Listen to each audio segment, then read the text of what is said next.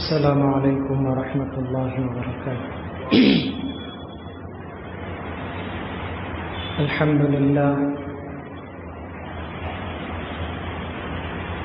للہ رب العالمین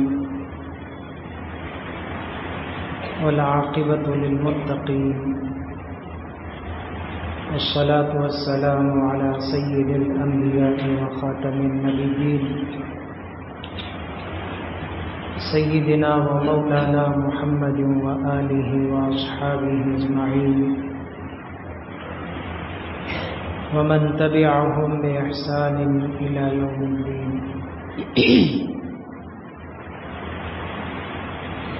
أما بعد فأعوذ بالله من الشيطان الرجيم، بسم الله الرحمن الرحيم۔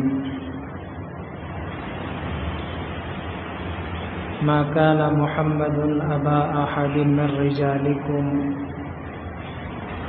ولكن رسول الله وخاتم النبيين وكان الله بكل شيء عليما۔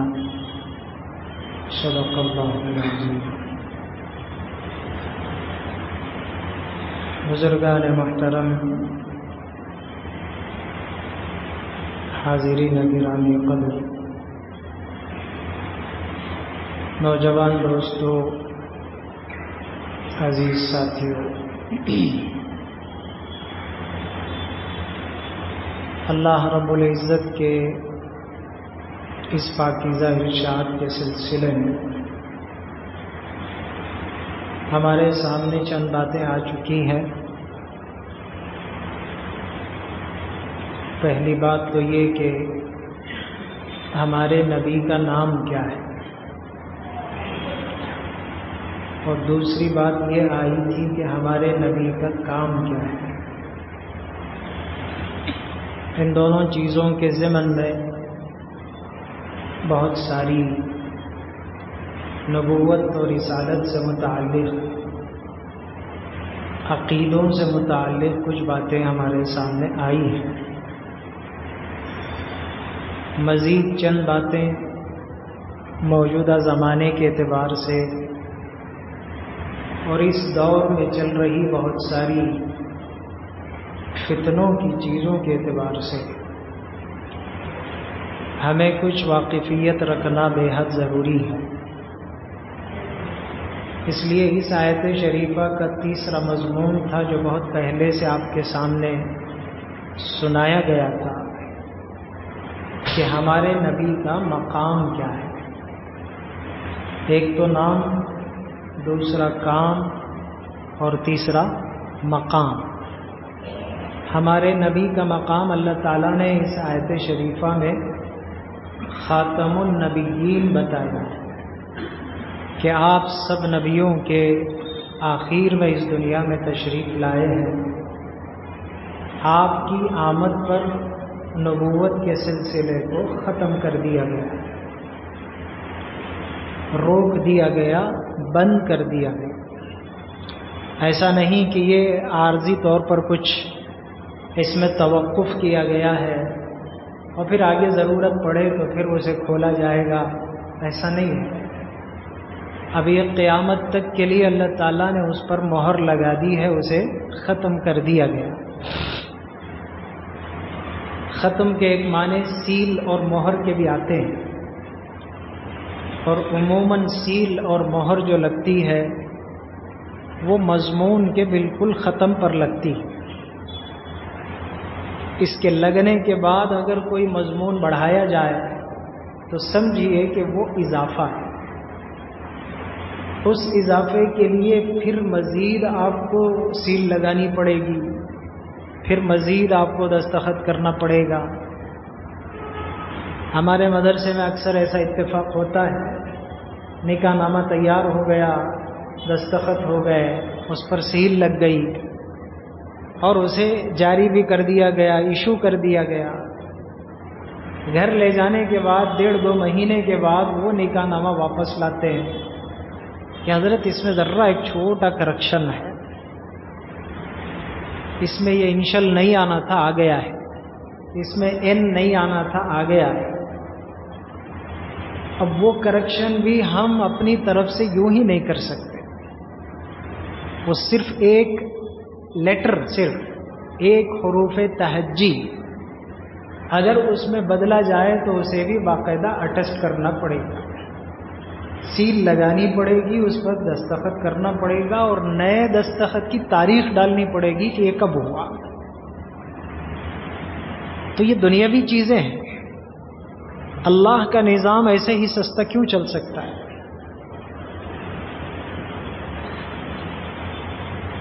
اچھا، ایک بات سمجھنے کی، ہر آنے والا آدمی اپنے آپ کو آسمان سے جوڑنا چاہتا ہے.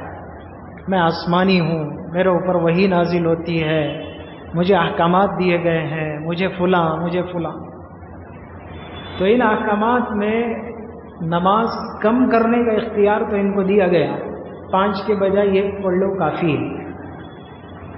لیکن 5 کے بجائے 50 کرو کوئی نہیں کہتا. یہ آنے والے جتنے ہیں، آنے والوں سے مراد کون؟ یہ جتنے باطل لوگ ہیں، جتنے باطل فتنے، جتنے باطل من گھڑت دعوے دار ہیں، یہ اپنے آپ کو پتہ نہیں کہاں سے کہاں لے جا کر جوڑنا چاہتے ہیں، لیکن کبھی ان کے اوپر ایسی وحی نازل نہیں ہوئی، جھوٹے طور پر ہی صحیح، کہ جس میں نماز کے 5 کو بدل کر اس کی اصل تعداد یعنی 50 کو پہنچا دیا گیا، اور وہ آ کر یہ کہنے لگے کہ نہیں، اصل میں نماز 50 ہے، اس لیے 50 پڑھو. کوئی نہیں کہتا. درمیان میں اس مثال سے میں بتانا چاہ رہا ہوں، باطل یہ چاہتا ہے کہ ہم کسی نہ کسی طرح ہماری زندگی سے دین کی محبت ختم ہو جائے، کسی نہ کسی طرح ہمارے دلوں سے دین کے شارع یعنی ہمارے نبی حضرت محمد الرسول اللہ صلی اللہ علیہ وسلم کی محبت ختم ہو جائے. جب بنیادی طور پر کسی چیز سے محبت ہی ختم ہو گئی، اس کی دلچسپی ہی باقی نہ رہی، اب کیا کام کرے گا؟ وہ صرف برائے نام ایک مسلمان بن کر رہے گا، لیکن اسے خود اپنے دین سے کوئی تعلق اور محبت باقی نہیں رہے گی. اس کا لازمی اثر یہ ہوگا کہ وہ دین کے کسی حکم پر چلنا پسند نہیں کرے گا.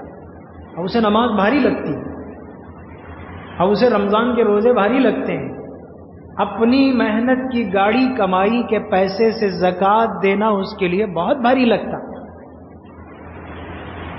تو جب دل سے اس محبت کو نکالنے کی کوشش ہے، کس طرح ان کے اندر سے اسے ختم کر دیا جائے. رسول اللہ صلی اللہ علیہ وسلم کی ایک حدیث ہے، حضرت حذیفہ ابن یمان رضی اللہ عنہ، یہ رسول اللہ صلی اللہ علیہ وسلم کے رازدار صحابی. عموماً راز کی باتیں حضرت حذیفہ کو معلوم تھی، اور جتنی اس طرح کی فتنوں والی روایتیں ہیں، کتاب الفتن، ابواب الفتن کے نام سے جتنی حدیث کے کتابوں کے اندر جو حدیثوں کا عنوان لگتا ہے، ان میں عموماً روایتیں حضرت حذیفہ ابن یمان رضی اللہ عنہ کی ہوتی. تو حضور سے ایسی باتیں زیادہ سیکھتے تھے. چنانچہ ایک دوسری حدیث میں حضرت حذیفہ خود حضور صلی اللہ علیہ وسلم سے سوال فرماتے ہیں، بہت تفصیلی لمبی حدیث ہے. اس میں حضور سے حضرت حذیفہ یہ سوال کرتے کہ حضور، ہم جہالت میں پڑے ہوئے تھے، شر میں مبتلا تھے، ہماری زندگیاں بالکل بگڑی ہوئی، بالکل خراب اور بالکل گندی، ایسی ہماری زندگیاں تھیں. اسلام جب آیا، اسلام کا نور جب روشن ہوا تو ہماری زندگیوں میں یہ تبدیلی آئی، تو خیر آیا. حضرت حذیفہ یہ پوچھتے ہیں کہ کیا اس خیر کے بعد پھر کوئی شر بھی آئے گا؟ حضور نے فرمایا آئے گا.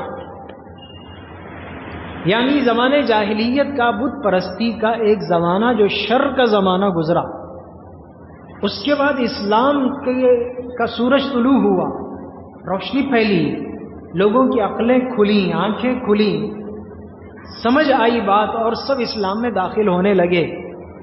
ایک امن و امان قائم ہوا. یہ سب ہونے کے بعد پھر کیا ایسا ہوگا کہ پھر شر آئے گا؟ حضور نے فرمایا کہ وہ بھی آئے گا۔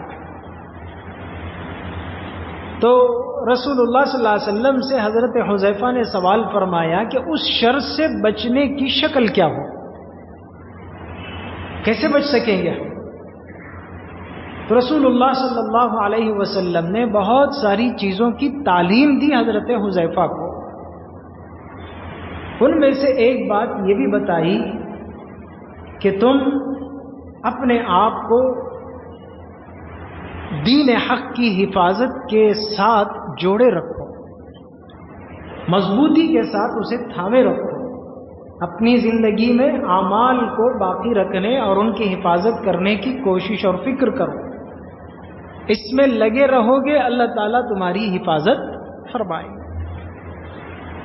ایسے لوگوں کے ساتھ امام کا لفظ آتا ہے، وہاں امام کا لفظ آتا ہے کہ تم ایسے لوگوں کے ساتھ جڑے رہو، ورنہ تو پھر فتنے ایسے آئیں گے کہ ہر آدمی کا دین اور اس کا ایمان اچانک بدل جائے گا، اس کا عقیدہ ہی بدل جائے گا۔ بچہ جب گھر سے باہر نکلتا ہے تو ماں باپ ایک فکر کے ساتھ روانہ کرتے ہیں، گاڑی میں جا رہا ہے، پتہ نہیں تیز چلائے گا آہستہ چلائے گا، یہ تو اپنی جگہ صحیح ہے، لیکن سامنے والا گاڑی چلانے والا کیسے چلائے گا، خدا نخواستہ کوئی حادثہ تو پیش نہ آ جائے، کوئی جانی نقصان اور خطرہ نہ ہو جائے۔ والدین دعائیں دیتے ہیں، اپنے بچوں کو دعاؤں کے ساتھ رخصت کرتے ہیں، ایک نصیحت اور تاکید کے طور پر ایک جملہ بول کر بھیجتے ہیں، بیٹا آہستہ جانا اور آہستہ سے آ جانا۔ لیکن اب زمانہ اس خطرے سے زیادہ ایک اور بڑے خطرے کا شکار ہے، وہ ہے کہ بچے کو جب گھر سے رخصت کیا جائے، بلکہ چھوٹے سے بچپن میں چھوٹے سے بچے کو یہ تاکید کر کے بھیجنا ماں باپ کی ذمہ داری بن رہی ہے کہ بیٹا ایمان کے ساتھ جانا اور ایمان کے ساتھ واپس آنا۔ جان گئی تو گئی، کوئی حرج نہیں، اس جان کی ہمیں کوئی اتنی فکر کی بات نہیں۔ خراش آ جائے، موچ آ جائے، فریکچر ہو جائے، ہاتھ پیر ٹوٹ جائیں، جان ہی چلی جائے، یہ تو وقتی اور عارضی نقصانات ہیں۔ لیکن اب ضرورت اس بات کی ہے کہ والدین اپنے بچوں کو یہ تاکید کر کے بھیجیں کہ بیٹا ایمان کے ساتھ جانا اور ایمان کے ساتھ واپس آنا۔ کیوں؟ تعلیم کے بہانے سے ہمارے بچے جن اسکولوں اور کالجوں میں جاتے ہیں، وہاں کا ماحول تو ہم اچھی طرح جانتے ہیں۔ اب تو قانونی حیثیت آ رہی ہے تو پھر سوچ لیں کیا ہوگا۔ ان کے ایمان کو کتنے خطرے لاحق ہیں۔ مسلمانوں کے اسکول کتنے ہمارے پاس، کالج کتنی، وہ تو بہت ہی ڈھونڈ کر تلاش کر کے بتانا پڑے گا کہ یہ مسلمانوں کی انجینئرنگ کالج ہے، نہیں ہے۔ ہمارے میسور ڈسٹرکٹ میں تو کوئی نہیں ہے۔ اگر میں غلط ہوں تو آپ اس کی اصلاح کر سکتے ہیں۔ ایک میڈیکل کالج ہماری میسور میں کیا تقریباً پورے کرناٹکا میں، پورے ہمارے صوبے میں۔ تو جن اسکولوں اور کالجوں میں ہمارے بچے پڑھنے کے لیے جا رہے ہیں، وہاں کا ماحول ہم جانتے ہیں۔ قانونی حیثیت سے اگر وہاں کفر و شرک لایا جا رہا ہے تو پھر ہمارے بچوں کے ایمان پر زد تو پڑ رہی ہے، روزانہ کچھ تو ٹچ ہو رہا ہے۔ اور یہ میں ایسے ہی نہیں کہہ رہا ہوں، حضرت حذیفہ ہی کی ایک اور دوسری حدیث ہے، فرماتے ہیں کہ رسول اللہ صلی اللہ علیہ وسلم سے میں نے یہ حدیث سنی ہے۔ بہت غور سے سمجھنے کی بات ہے، یہ زمانہ کیسے حالات سے گزر رہا ہے۔ یہاں ایک طرف سائنس اور ٹیکنالوجی کی ترقی، یہاں ایک طرف کیا کہتے ہیں آرٹیفیشل انٹیلیجنس کی ترقی، مختلف چیزوں میں زمانہ بڑی تیزی کے ساتھ آگے بڑھ رہا ہے۔ علمی میدان ہر ایک کے لیے ایک بہت بڑا چیلنج بنتا جا رہا ہے، مان لیا۔ لیکن اس ترقی کے پیچھے ہمارے ایمان کے لیے بہت بڑے خطرے بھی لاحق ہیں، ہمارے عقیدے کی حفاظت کے لیے بڑے خطرے لاحق ہیں۔ جیسے خود ہر ایک کی زبان سے یہ بات نکلتی ہوگی. ہم اندازہ کر سکتے ہیں کھانے پینے کی چیزوں میں، استعمال کرنے کی چیزوں میں، فرٹیلائزیشن کے اس زمانے کے اندر نئی نئی چیزوں کو تیزی سے پیدا کرنے کی جو کوششیں چل رہی ہیں، ان چیزوں ان غذاؤں کے ذریعے سے انسان کے جسم کے اندر بیماریاں بھی بڑھ رہی ہیں. بولتے ہیں کہ نہیں بولتے؟ پہلے جیسے چیزاں نہیں ہی بھئی، پہلے جیسے غذائیاں نہیں ہی بھئی. غذائیاں بھی ویسے چ، بیماریاں بھی ویسے چ، غذا بھی ویسے چ، صحت بھی ویسے چ. پہلے جیسے غذائیاں بھی نہیں، پہلے جیسے طاقتاں بھی نہیں. اب وہ گھی بھی وہ نہیں ہے جو تھا، تو اب کون سی چیز لائیں؟ بادام بھی وہ نہیں جو پہلے تھے، مقوی غذائیں وہ نہیں جو پہلے تھے. دودھ جتنا پی کر ہم ختم کر رہے ہیں وہ سب بیکار کی چیز ہے. وہ دودھ نہیں جو ہم پہلے زمانے میں جو دودھ پیا کرتے تھے اور پلایا کرتے تھے. غذائی چیزوں کو ہم جانتے ہیں. میں آپ کو فاسٹ فوڈ کی بات نہیں کر رہا ہوں، میں آپ کو جنک فوڈ کی بات نہیں کر رہا ہوں، وہ تو اور خطرناک چیز ہے. چاول کیسے کیسے آ گئے. پرسوں ہی کسی مجلس میں اس بات کا ذکر کیا. ہمارے ایک بہت جماعت کے اچھے ساتھی اور اچھے پڑھے لکھے، انہوں نے یہ بات مجھے بتائی کہ اب تو لیب چکن تیار ہو رہی ہے. پولٹری چکن تو ترقی، اس سے بھی ترقی. پولٹری چکن تو ہم جانتے ہیں، دیکھ رہے ہیں، کھا رہے ہیں. کروڑوں کی تعداد میں یہ چکن ہضم ہو رہی ہے روزانہ، کروڑوں کی تعداد میں. اب ایک اور چکن کی تیاری ہو چکی ہے، اس پر پورا ریسرچ ہو چکا ہے، صرف اسے باہر لانا باقی ہے، وہ ہے لیب چکن. اب اس کی کوئی گردن نہیں، اس کے ذبح کا کوئی مسئلہ نہیں. مرغی کے ڈھانچے میں ایک چکن کا ٹکڑا ہے، لوتھڑا ہے. کتنے چاہیے آپ کو؟ 5000 چاہیے؟ یوں کمپیوٹر میں مارا، 5000 کو کلک کر دیا، چکا چک نکلتے رہیں گے. نہ انڈا، نہ بچہ، نہ ماں باپ، نہ کچھ. اب تک کی مرغیوں کو ہم صرف اتنا کہہ کر تسلی کر لیتے تھے کہ یہ مرغیاں یتیم ہیں، ان کا ان کی نہ ماں معلوم نہ باپ معلوم. آپ کو معلوم ہے پولٹری فارم کی جو چکن ہے اس کے ماں باپ معلوم ہے آپ کو؟ نہیں معلوم. یتیم بچے ہیں. یتیموں کو کھا کھا کھا کر ہم ختم کر رہے ہیں. اب یہ لیب چکن کو کیا کہیں گے آپ؟ ناجائز بچے کہیں گے، مرغیوں کی ناجائز اولاد کہیں گے، کیا کہیں گے؟ حالانکہ وہ مجھ سے فقہی مسئلہ پوچھنا چاہ رہے تھے. ان کا جو سوال تھا فقہی سوال تھا. وہ یہ پوچھ رہے تھے کہ حضرت زمانہ ترقی کر کے لیب چکن کو آ چکا ہے، اب وہ عنقریب دنیا میں پھیلے گا، اس کی گردن کوئی نہیں ہوگی تو ذبح کا کیا حکم ہے؟ مجھے بھی معلوم نہیں، میں بھی نہیں جانتا تھا اس چیز کو. میں نے کہا کہ مجھے نہیں معلوم ہے، اس کی بڑوں سے تحقیق ہوگی پھر میں آپ کو جواب دے سکوں. میں صرف آپ کو یہ چیز بتا رہا ہوں کہ زمانے کی یہ ترقی ایک الگ چیز ہے، لیکن جیسے جیسے یہ ترقی ہو رہی ہے، جیسے غذائی فرق کی وجہ سے انسان کی صحت پر اثر پڑ رہا ہے، غذائی فرق کی وجہ سے انسان کے اندر نئی نئی بیماریاں پیدا ہو رہی ہیں. ان بیماریوں کے نام پر دوائیوں کی کمپنیاں بن رہی ہیں.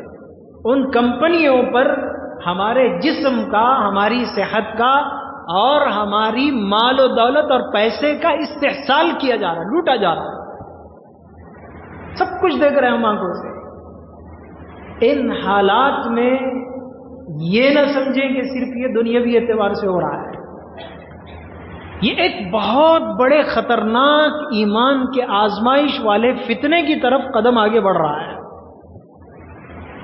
کیا فتنہ؟ توحید سے آپ کو بیزار کر دیا جائے گا. تمہیں کیا ہو اللہ اللہ کر کچھ بولتے رہتی سو، دیکھو کیسا ہو رہا.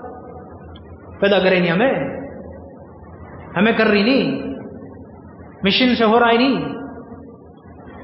ایک وہ نوجوان، ایک وہ ذہن جو صرف تعلیم ترقی اور یہ وہ اس کی تحقیق، اس کا ریسرچ، اس کا جو صرف اسی میں ڈوبا ہوا ہو، وہ تو بڑی تیزی کے ساتھ ایسی چیزوں سے متاثر ہوتا چلا جائے گا. حضرت حذیفہ کی حدیث میں آپ کو سمجھانے لگا, آپ غور سے سمجھیں.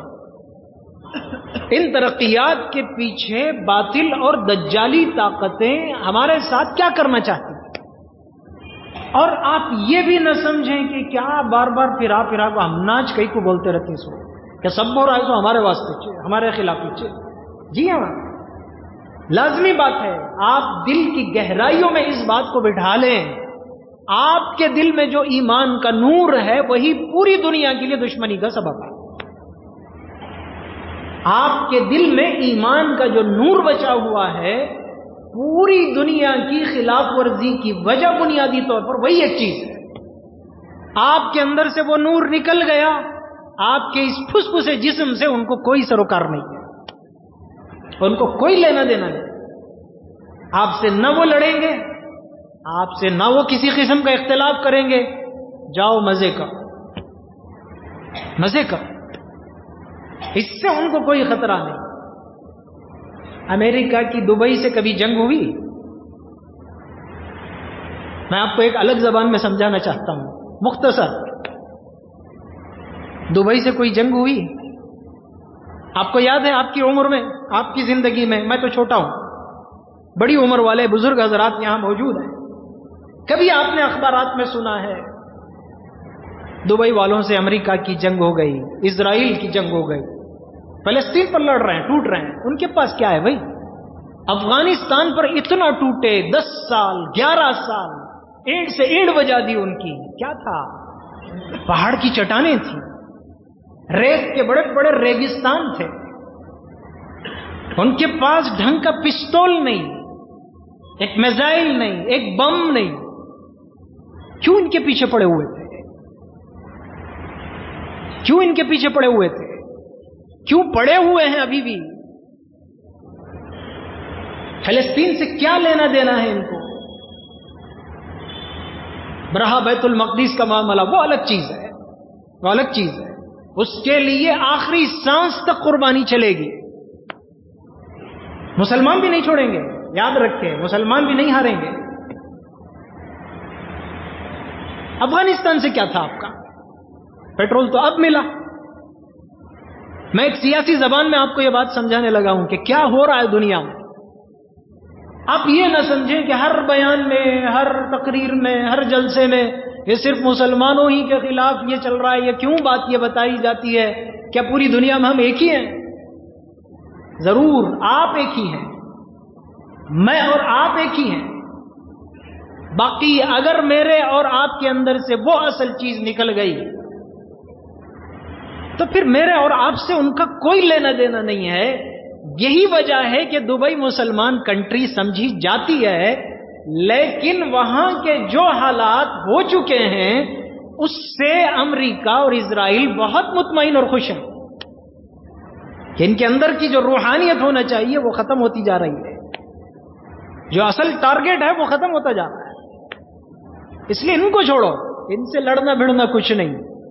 یہ پولٹری فارم کی چکن ہے, لیب چکن ہے. ان کے اندر جو فیڈ کریں گے وہ چلتا رہے گا. یہ عنوان نہیں ہے. افغانستان کو کیوں عنوان بنایا بھائی؟ پتھر اور ریت سے آپ کو کیا کرنا تھا؟ سونا تھا ان کے پاس, چاندی تھی ان کے پاس, پیٹرول ڈیزل اور گیس تھا ان کے پاس. کیا تھا ان کے پاس؟ جس زمانے میں امریکہ کی اور امریکہ سے پہلے روس کی, رشیا کی افغانستان کے ساتھ اتنی سخت مزاحمت ہوئی, تباہ و برباد کر دیا گیا ان کو. کیا تھا اس وقت افغانستان کے پاس؟ جب روس ختم ہوا تو امریکہ کو کیا ملنے والا تھا؟ روس نے خود اپنی آنکھوں دیکھ لیا کہ وہاں کچھ نہیں ہے. مار مار مار مار کر ان کی نسلوں کو تباہ و برباد کر دیا گیا, ان کی ساری عمارتوں کو منہدم کر دیا گیا, کھنڈر بنا دیا گیا ان کے پورے ملک کو. اب امریکہ کو پھر مداخلت کرنے کی کیا ضرورت تھی بھائی؟ کیا لینا تھا اسے؟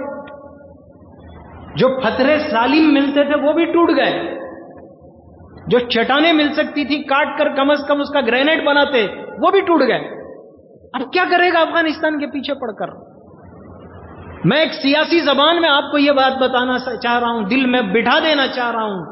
دل کے آپ اور میرے اور آپ کے دل کے اندر ایمان کا جو نور چھپا ہوا ہے وہی سب کچھ ہے، اسی کے لیے یہ سب کچھ ہو رہا ہے۔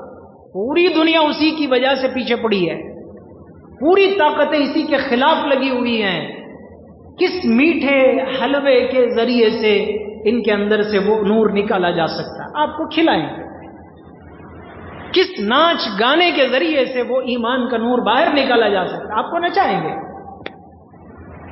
کیا کھلانا، کیا پلانا، کیا نچانا، کس میں ڈوبونا، یہ سب تحقیق صرف میرے اور آپ کے خلاف۔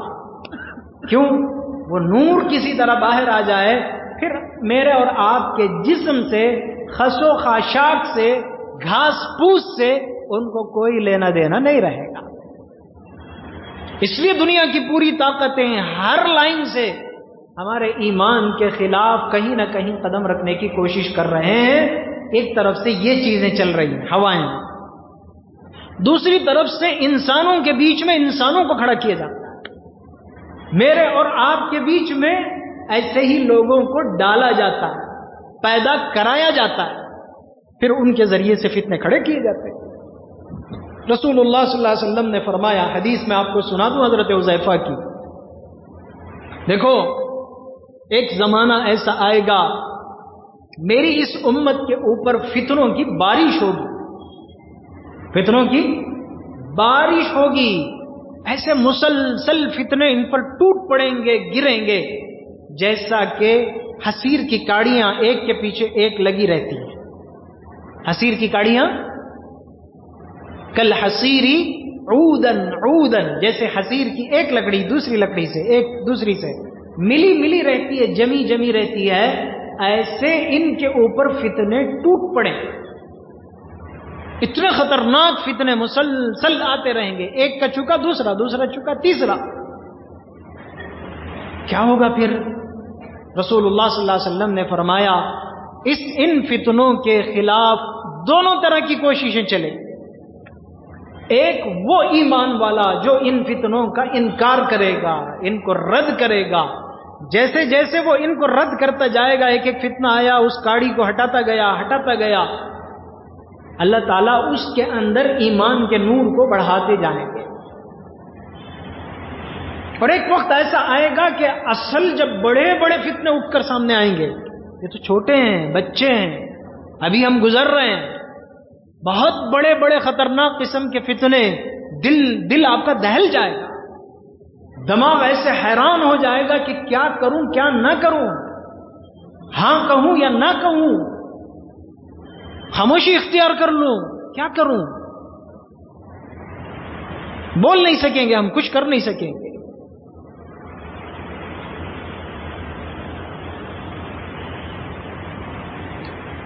خیر، بات دوسری ذہن میں آ رہی تھی لیکن مناسب نہیں ہے مجلس کے اعتبار سے، میں آپ کو فتنوں کا صرف اشارہ دے دینا چاہتا ہوں، یہ دل پر اترنا شروع ہوں گے۔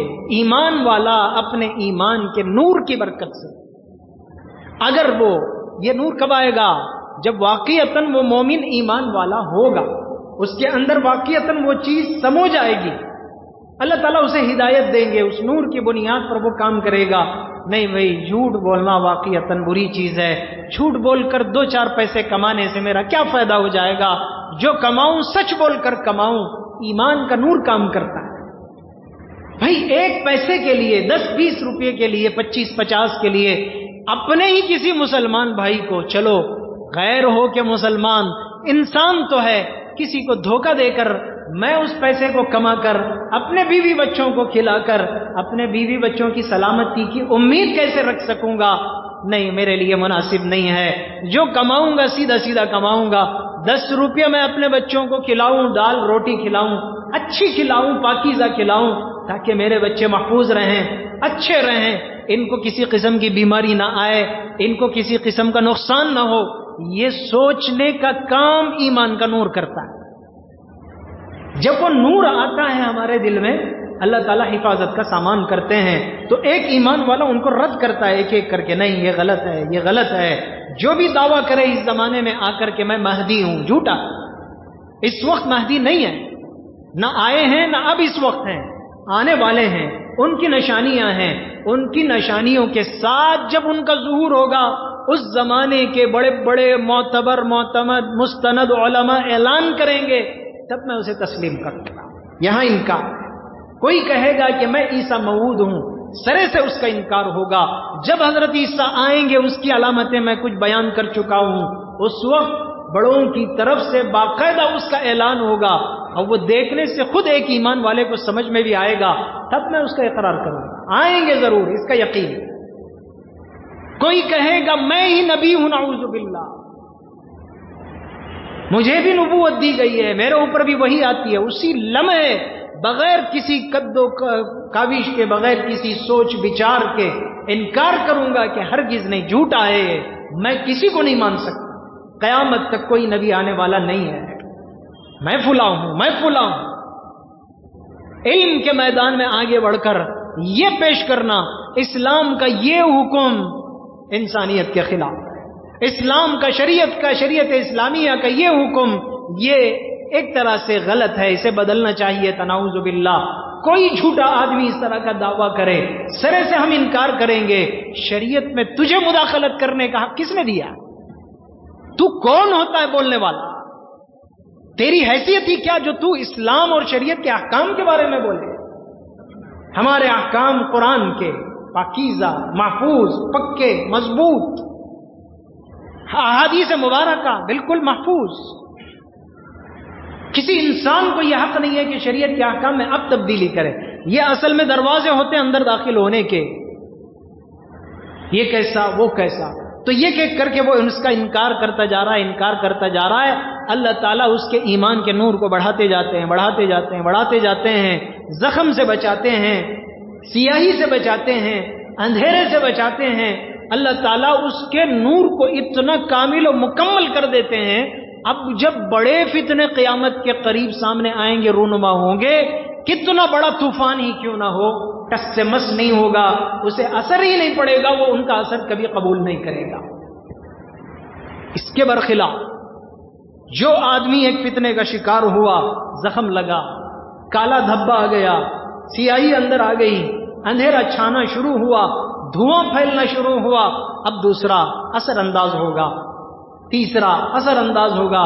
اندر آنے کو جب جگہ مل گئی، گیٹ کھل گیا، راستہ مل گیا، 1 2 3 4 یہ اندر داخل ہوتے چلے جائیں گے یہ فتنے، اور بالآخر اس کا دل اتنا کالا اور سیاہ اور دھبے دار ہو جائے گا.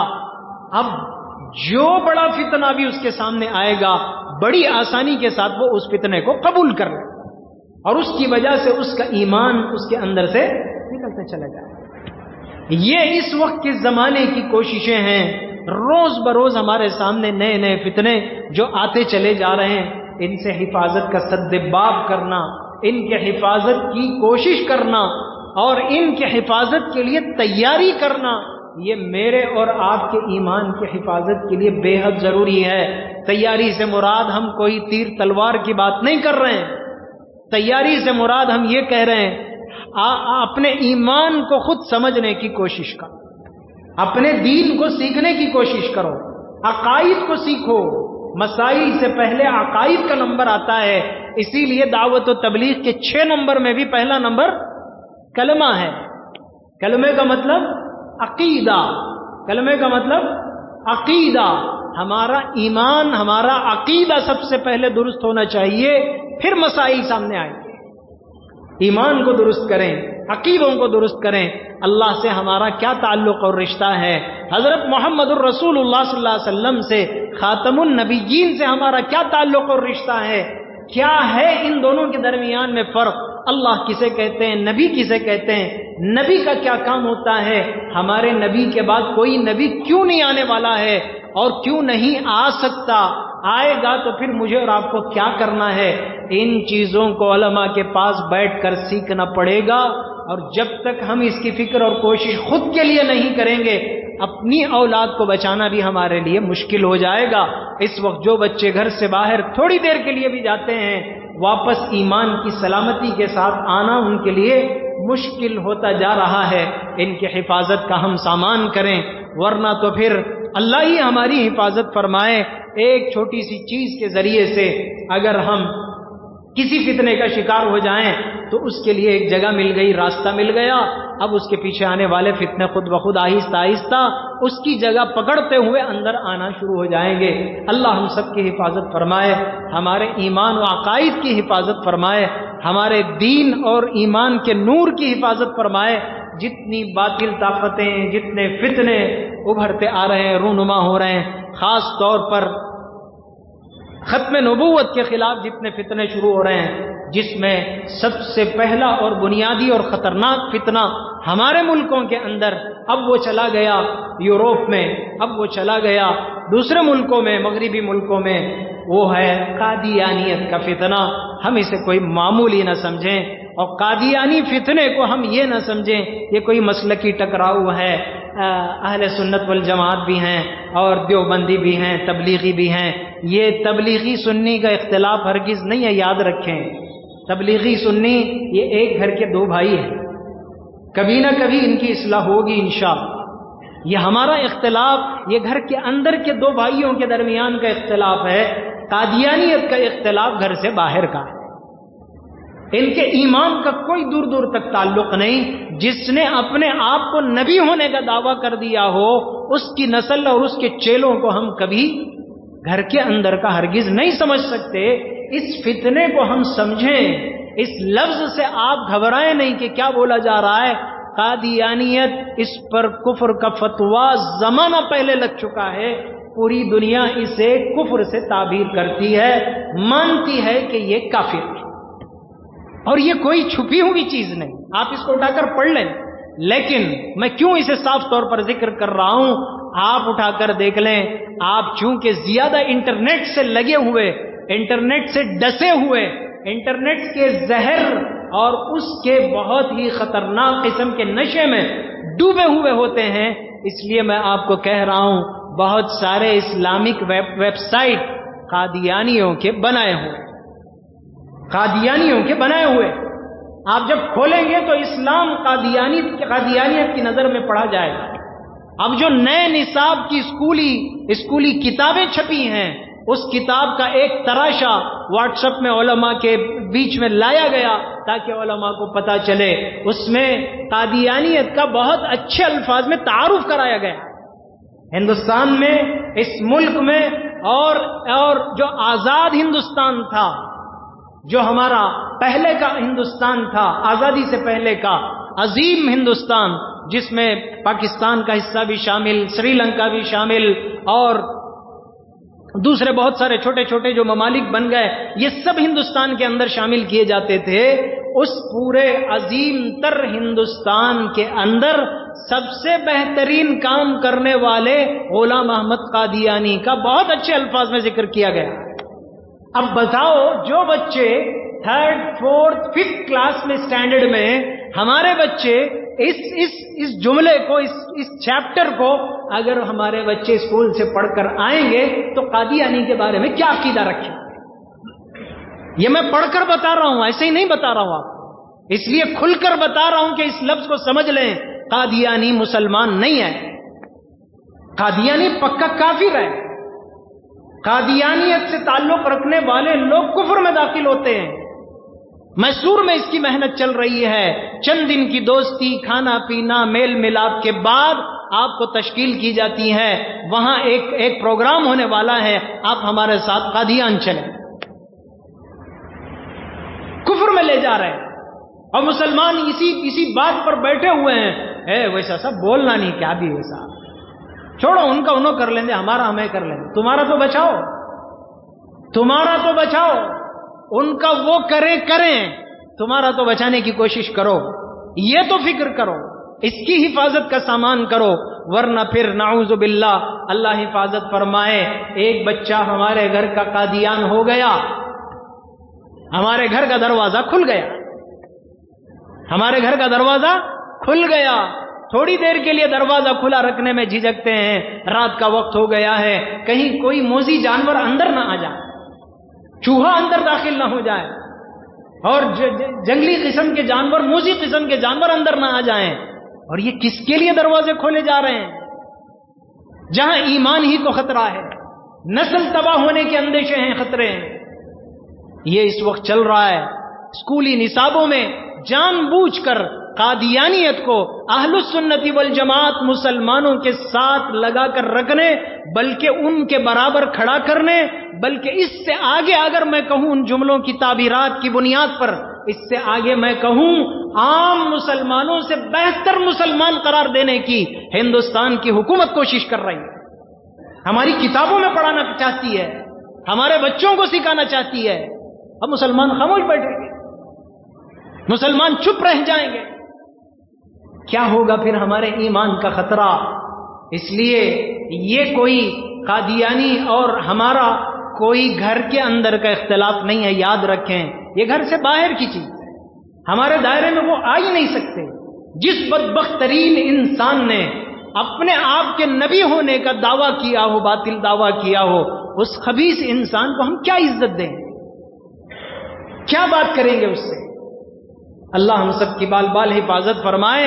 یہ سلگتی ہوئی چیزیں جو اندر کی آگ ہے، جس کے اوپر راکھ ڈھپی ہوئی ہے، ڈھکی ہوئی ہے، ہمیں بہت اس کا احساس کرنے کی ضرورت ہے۔ اللہ تعالیٰ ایسی چنگاریوں سے ہمارے ایمان کی حفاظت فرمائے، ایسے خطرات سے ہم سب کو، ہماری نسلوں کو محفوظ رکھے۔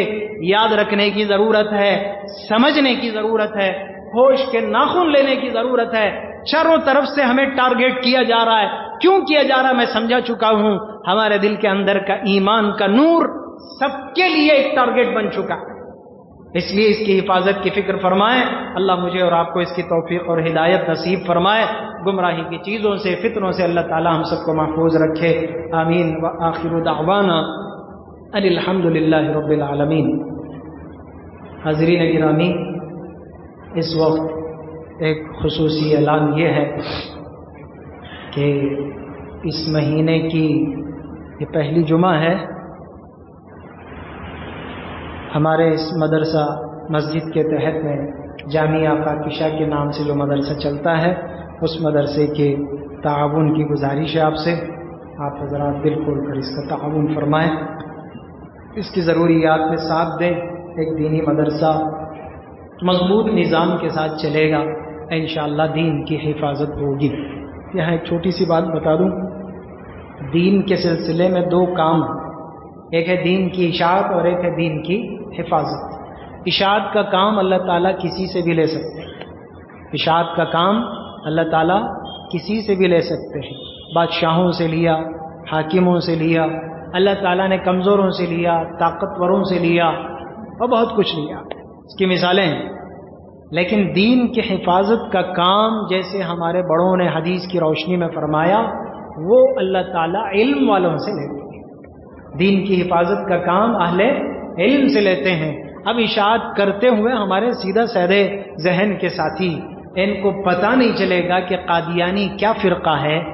ہمارے کورگ میں، کوڑگ ضلع میں 90 گھر، 90 آدمی نہیں کہہ رہا ہوں، وہاں کے لوگوں کے خود کارگزاری جو سنائی گئی، 90 فیملیز، 90 گھرانے قادیانیوں کے ہاتھ میں جا چکے، باقاعدہ ان کی ایک عبادت گاہ بن چکی ہے وہاں۔ ہم اس کو مسجد تو نہیں کہہ سکتے، مسجد تو نہیں کہہ سکتے، ان کی عبادت گاہ بن چکی ہے۔ ہم سوچ رہے ہیں کہ بولنا کہ نہیں بولنا، ہمیں کہیں کو جانا، اس میں کیا کرنا پھر؟ تو دین کی حفاظت کا کام علماء کریں، اہل علم کریں گے، ان کو پتہ چلے گا کہ کیا چیز دین کو نقصان پہنچانے کی ہے اور کیا چیز نہیں پہنچانے کی ہے۔ اشاعت کا کام اللہ تعالیٰ کسی سے بھی لے، اس لیے دینی مدارس کی تقویت پر آپ تعاون کریں، ان کا ساتھ دیں، دینی مدارس کو مضبوط کھڑانے کی فکر کریں۔ انشاءاللہ یہاں سے حفاظت کا سامان ہوگا، ایسے علماء تیار ہوں گے جو حفاظت کی محنت اور کوشش اور مجاہدہ کریں گے، اس میں آپ کا حصہ رہے گا، آپ کے لیے صدقہ جاریہ رہے گا۔ اللہ تعالیٰ آپ کے تعاون کو قبول فرمائے، جزائے خیر عطا فرمائے، آپ کی نیک مرادوں کو پورا فرمائے۔ اللہ تعالیٰ آپ کی روزی اور اسباب اور ذرائع میں حلال اور پاکیزہ طیب طریقے سے خیر و برکت میں